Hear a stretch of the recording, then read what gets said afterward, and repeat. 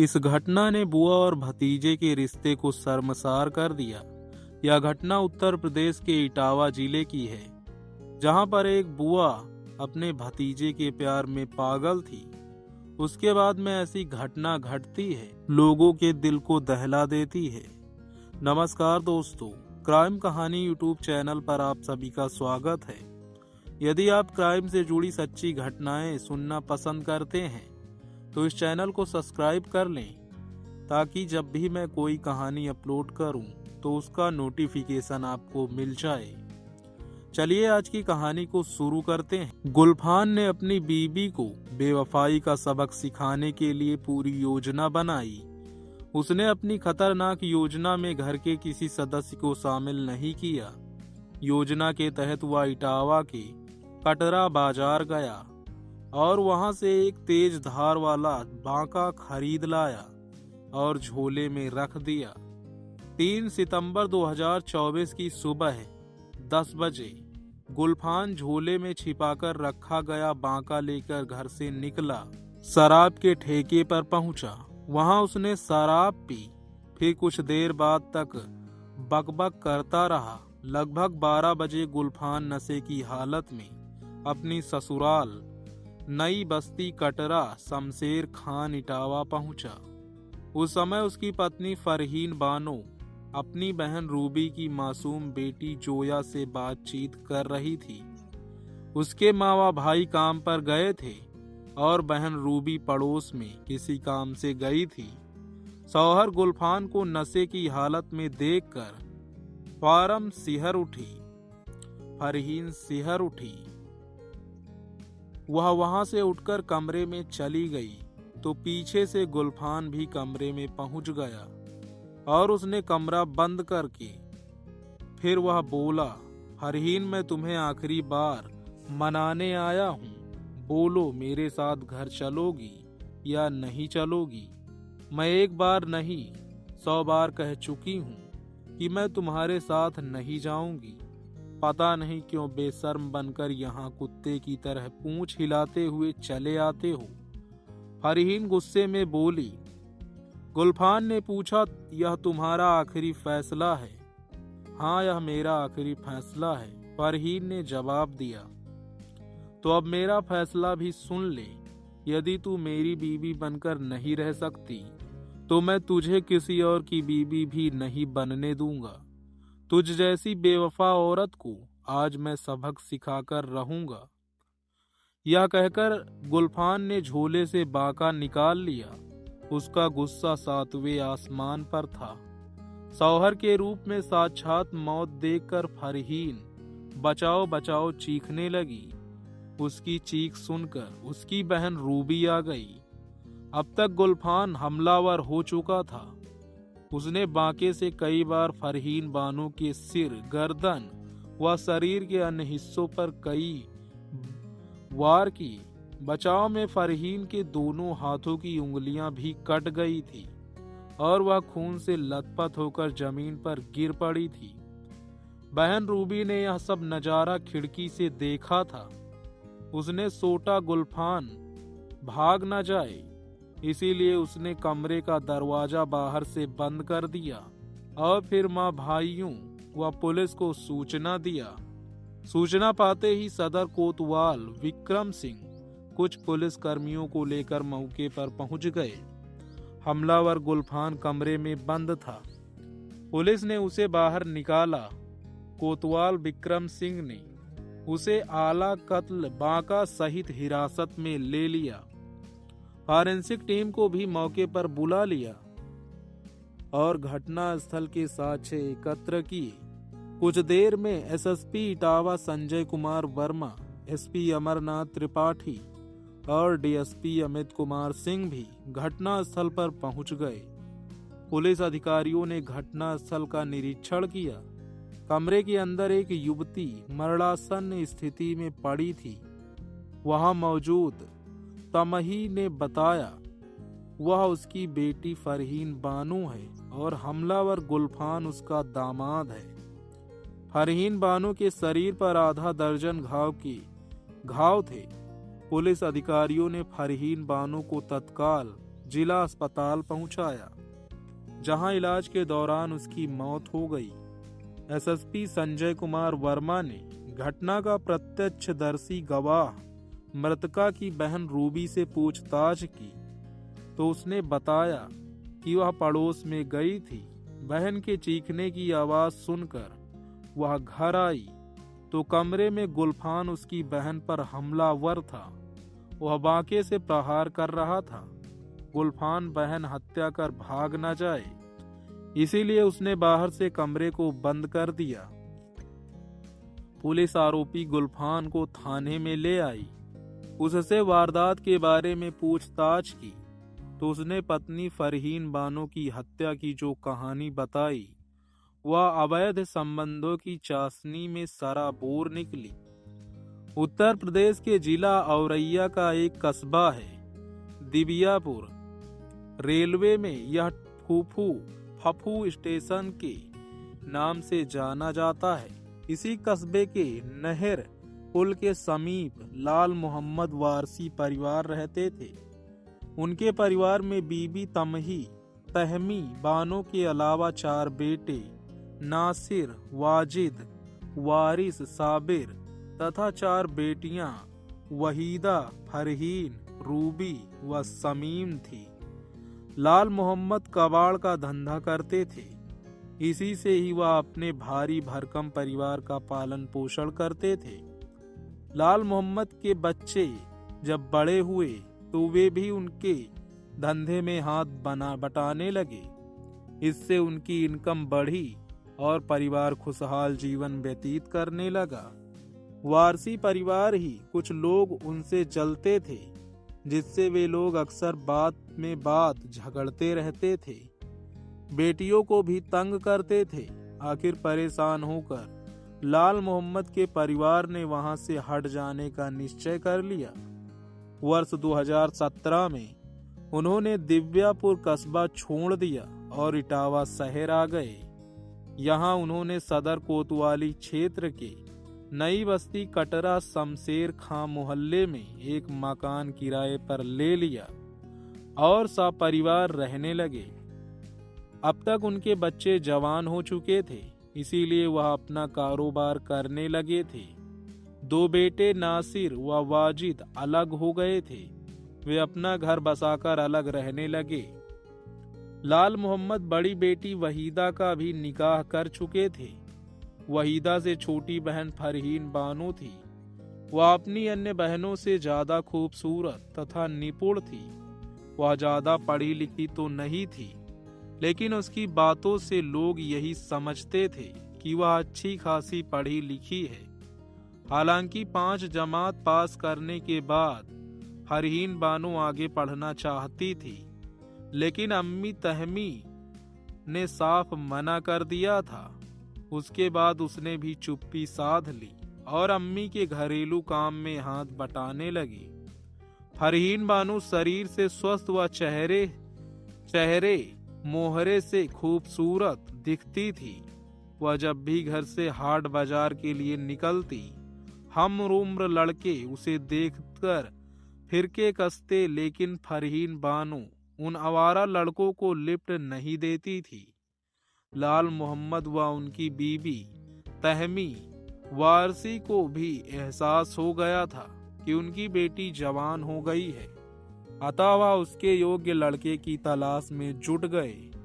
लेकिन इसी बीच लाल मोहम्मद गंभीर बीमारी में पड़ गए। उसी दौरान उनकी मृत्यु हो गई।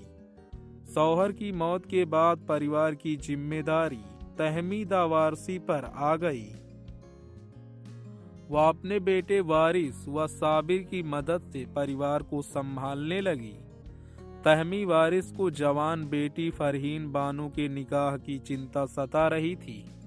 वह इज्जत के साथ उसके हाथ पीले लेकर उसे ससुराल भेज देना चाहती थी।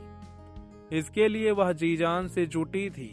एक रोज एक गरीब रिश्तेदार ने तहमी वारसी को गुलफान के बारे में बताया।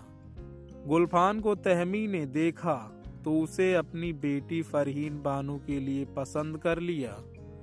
गुलफान उत्तर प्रदेश के ही शहर इटावा की सदर कोतवाली के मोहल्ला वेद के रह रहा था। गल्ला मंडी में वह सब्जी का ठेला लगाता था, फेरी लगाकर भी सब्जी बेचता था। उसके माँ बाप का इंतकाल हो चुका था।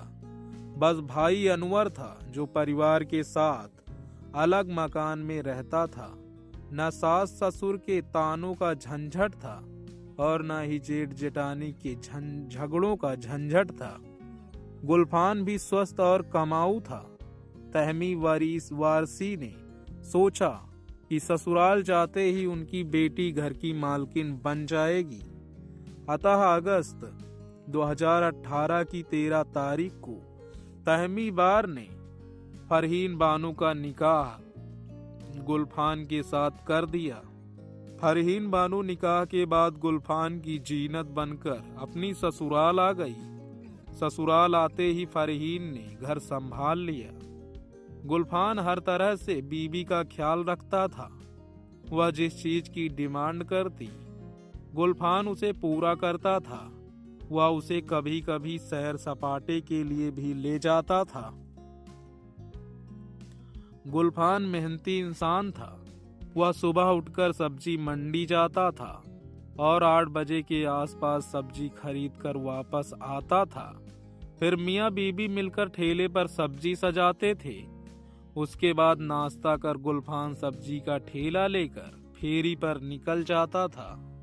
शौहर के जाने के बाद फरहीन बानो घर का काम निपटाकर फिर खाना पकाकर शौहर के लौटने का इंतजार करने लगती थी। गुलफान लगभग 2 बजे वापस लौटता। फिर दोनों साथ बैठकर खाना खाते और बातें करते थे। इस तरह हंसी खुशी व मौज मस्ती से 3 साल बीत गए। लेकिन इन सालों में फरहीन बानो को कोई औलाद नहीं हुई।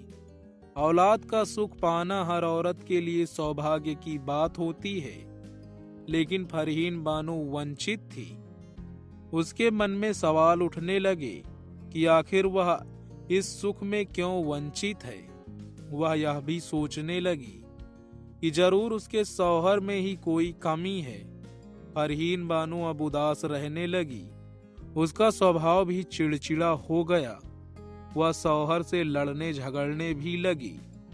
पत्नी को उदास व स्वभाव में परिवर्तन देखकर गुलफान सोच में पड़ गया। उसकी समझ में नहीं आ रहा था कि फरहीन उदास क्यों रहती है और क्यों बात बात पर झगड़ती है। आखिर जब उससे नहीं रहा गया तो उसने पूछा, फरहीन, मैं तुम्हारा हर तरह से ख्याल रखता हूँ, फिर तुम मुझसे बेरुखी से पेश क्यों आती हो? फरहीन बानो शौहर को घूरते हुए बोली, सुख साधन से कोई औरत संतुष्ट नहीं होती है। उसे तो संतुष्टि तब मिलती है जब उसकी गोद भरती है। हमारी शादी को 3 साल से ज्यादा का समय हो गया है, लेकिन हमारी अभी भी कोई औलाद नहीं है। घर परिवार की औरतें ताने कसती हैं, वे मुझे बांझ समझने लगी हैं। बीबी की बात सुनकर गुलफान भी भड़क उठा। इसमें मेरा क्या दोष है? ऊपर वाला जब चाहेगा तभी औलाद होगी। मुझे विश्वास है कि वह जरूर हम पर रहम करेगा। तुम परेशान ना हो। रही बात औरतों के ताने की, तो तुम उस पर ध्यान मत दिया करो। फरहीन गुस्से से बोली, खुदा को बीच में मत लाओ, सारा दोष तुम्हारा ही है। तुम मर्द होते तो एक नहीं 2 औलाद हमारी गोद में अब तक होती। तुम अपना इलाज कराओ, दुआ तबीज लो, वरना हमारी तुम्हारे साथ नहीं बनेगी। फरहीन ने मर्दानगी पर चोट की तो गुलफान भी भड़क उठा। मुझ में कोई कमी नहीं है, जो भी कमी है वह सब तुझ में है। इसीलिए ना मैं इलाज कराऊंगा और ना ही किसी फकीर के पास दुआ तबीज के लिए जाऊंगा। तुझे ही अपना इलाज कराना होगा। इसके बाद तो आए दिन फरहीन और गुलफान के बीच औलाद न होने की लेकर तकरार होने लगी। कभी कभी तकरार इतनी अधिक बढ़ जाती कि दोनों के बीच हाथापाई हो जाती थी। गुस्से में गुलफान शराब के ठेके पर जाता था और जमकर शराब पीकर लौटता था। धीरे धीरे गुलफान की शराब पीने की लत बढ़ गई। वह पक्का शराबी बन गया। तभी तक फरहीन और गुलफान के बीच औलाद को लेकर ही झगड़ा होता था, लेकिन अब शराब पीने को लेकर भी झगड़ा होने लगा था। कभी कभी झगड़ा इतना बढ़ जाता कि गुलफान फरहीन को जानवरों की तरह पीट देता था। फरहीन समझ गई कि वह शराबी व नाकाबंदी से कभी औलाद का सुख नहीं पाएगी, अतः वह शौहर से नफरत करने लगी। इन्हीं दिनों फरहीन बानो के घर आमिर का आना जाना शुरू हुआ। रिश्ते में आमिर फरहीन का भतीजा था। वह ही नई बस्ती कटरा शमशेर खां मोहल्ले में रहता था। आमिर शरीर से हष्ट-पुष्ट तथा सजीला युवक था। वह जो कमाता था अपनी ही फैशन परिस्थिति में खर्च करता था। फरहीन को वह बुआ कहता था। उम्र में वह फरहीन से छोटा था। 28 साल की बुआ फरहीन बानो से आमिर की खूब पटती थी। बुआ भतीजे के बीच हंसी ठिठोली भी होती थी। आमिर को बुआ की सुंदरता और अल्हड़पन बहुत भाता था। कभी कभी वह उसे एक एक प्यार भरी नजरों से देखता करता था। अपनी ओर टकटकी लगाए देखते समय जब भी फरहीन की नजरें उससे टकरा जाती तो दोनों मुस्कुरा देते थे। आमिर फरहीन के शौहर गुलफान से ज्यादा स्मार्ट और अच्छी कदकाठी का था। इससे फरहीन का झुकाव आमिर के प्रति बढ़ता गया। फरहीन बानो स्वभाव से मिलनसार थी। आमिर बुआ के प्रति सम्मोहित था। जब दोनों साथ चाय पीने बैठते तब फरहीन उससे खुलकर हंसी मजाक करती थी। फरहीन का यह स्वभाव धीरे धीरे आमिर को ऐसा बांधने लगा कि उसके मन में फरहीन का सौंदर्य रस पीने की कामना जागने लगी। एक दिन आमिर दोपहर को आया तो फरहीन उसके लिए थाली लेकर आई और जानबूझकर गिरा दिया तो ठीक करते हुए बोली, लो आमिर खाना खा लो, आज मैं तुम्हारी पसंद का खाना बनाया है। आमिर को बुआ की यह अदा बहुत अच्छी लगी। वह उसका हाथ पकड़कर बोला, बुआ तुम भी अपनी थाली परोस लो, साथ खाने में मजा आएगा। खाना खाते वक्त दोनों के बीच बातों का सिलसिला जुड़ा तो आमिर बोला, बुआ तुम खूबसूरत और खिदमतदार हो, लेकिन फूफा जान तुम्हारी कदर नहीं करते हैं। मुझे पता है कि अभी तक तुम्हारी गोद सूनी है।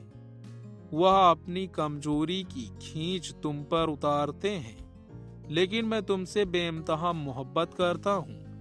यह कहकर आमिर ने फरहीन की दुखती रत पर हाथ रख दिया।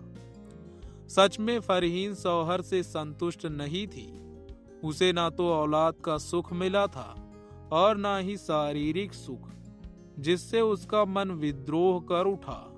उसका मन बेईमान हो चुका था।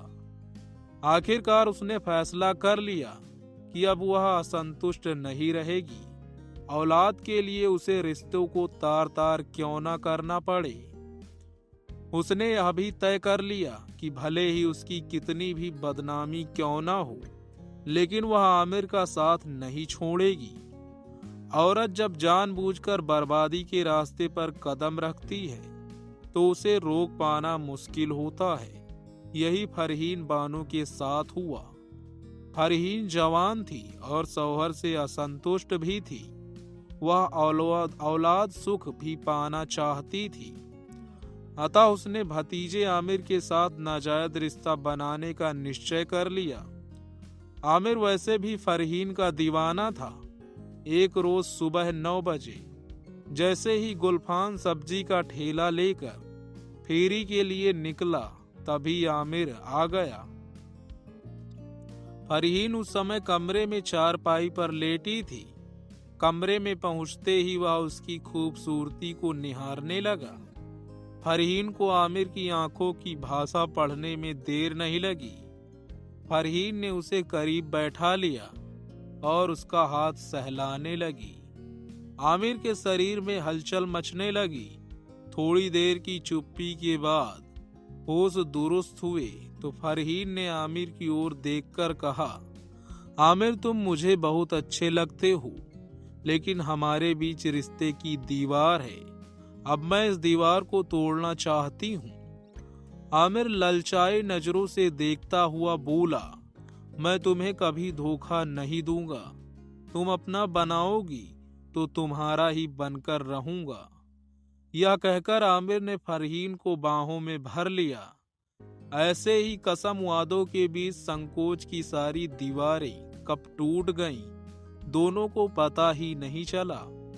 उस दिन के बाद आमिर और फरहीन बिस्तर पर सामाजिक रिश्तों और मान मर्यादों की धज्जियां उड़ाने लगे।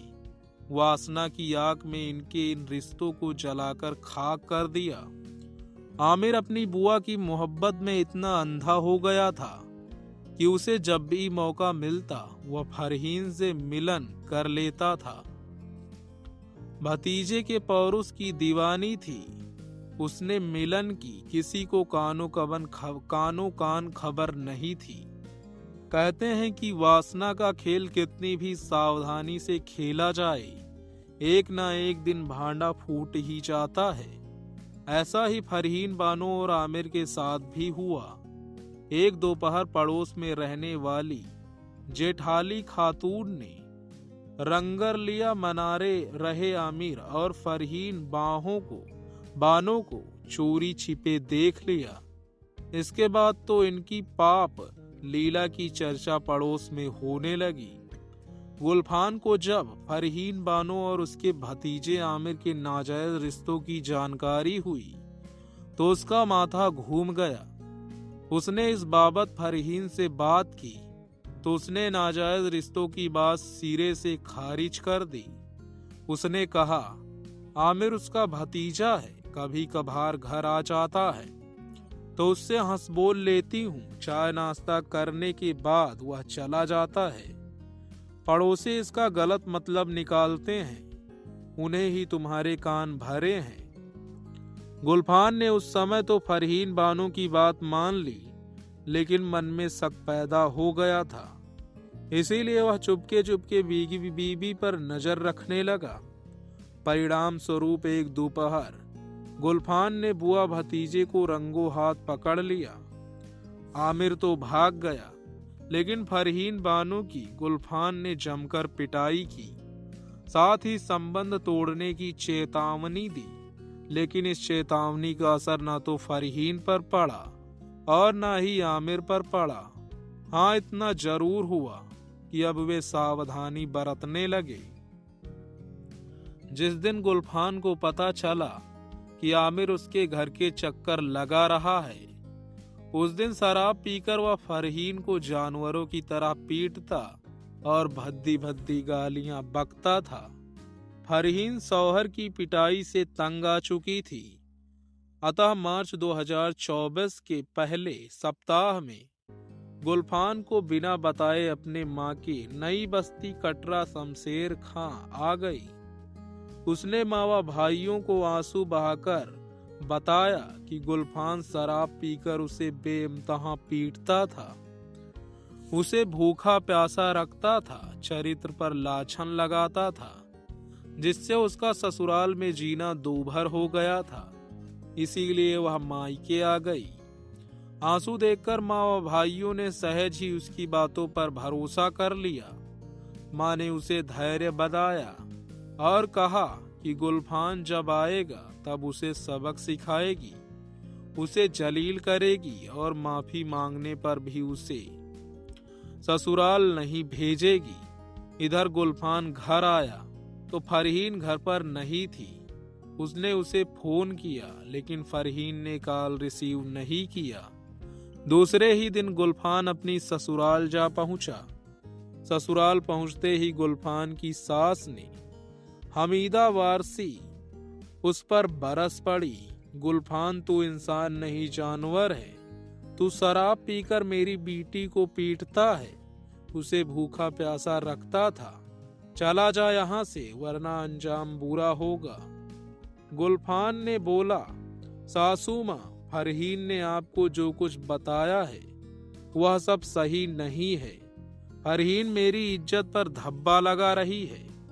भतीजे आमिर से उसके नाजायज ताल्लुकात हैं। मैंने मना किया तो मुझसे भी उलझ गई। रंगे हाथ पकड़ा तो शराब के नशे में उसे पीट दिया। नाराज होकर वह यहाँ आ गई। गुलफान ने लाख सफाई दी लेकिन उसकी बात पर किसी ने यकीन नहीं किया। फरहीन के भाई वारिस व साबिर ने भी गुलफान को खूब खरी खोटी सुनाई, गालियां भी बकी, धमकी भी दी कि यहाँ से चला जाए वरना कुछ अनर्थ हो जाएगा। ससुराल में अपमान का घूंट पीकर गुलफान अपने घर वापस आ गया।